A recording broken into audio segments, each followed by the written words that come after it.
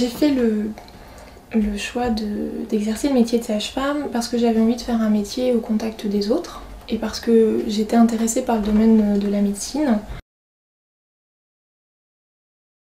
C'est à la fois des qualités, ça peut sembler bête mais intellectuelles, parce que c'est quand même un métier à responsabilité où il faut réfléchir, c'est vrai.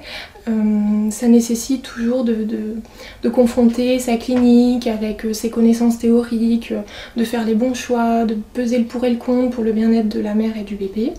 Donc ça c'est plus le versant compétences. On ne peut pas faire ce métier si on n'est pas à l'écoute de la patiente, de ses demandes, de ses inquiétudes, etc. C'est quand même essentiellement un métier d'écoute.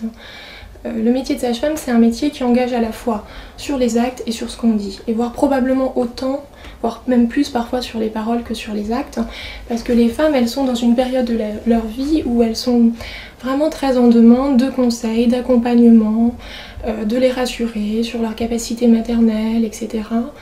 Et voilà, on ne peut pas être sage-femme si on n'a pas de l'empathie, si on n'est pas à l'écoute de la patiente, ça c'est quasiment, enfin c'est pas possible, ça c'est vrai qu'on passe vraiment à côté de l'essentiel, quoi.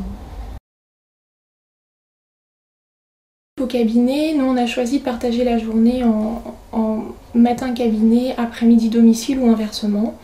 Voilà. Après, les domiciles, ça dépend vraiment de l'activité, hein. Il y a des jours où on va aller voir 4-5 femmes et puis d'autres jours on n'aura pas de femmes à visiter à la maison. Alors ce qu'il faut savoir aussi, c'est vrai qu'à partir du moment où on fait une activité domicile, ça veut dire qu'il faut être disponible tout le temps. Donc on travaille tous les jours, même si on n'a qu'une patiente à voir le samedi dimanche, il faut être disponible, donc c'est pour ça que nous on est à deux. Donc cette contrainte elle est assez difficile. C'est pour ça qu'on a certaines collègues qui ont fait le choix par exemple de ne pas faire certains types de domiciles qui peuvent par exemple se présenter le week-end. Voilà, donc ça c'est une contrainte quand même assez importante et ça veut dire aussi qu'il faut tout le temps être joignable soit par les patientes, soit par la maternité qui peut nous prévenir par exemple d'une patiente qui sort le lendemain ou d'une hospitalisation à domicile le lendemain par exemple. En fait, les études de sage-femme sont des études qui combinent à la fois cours théoriques et stages pratiques.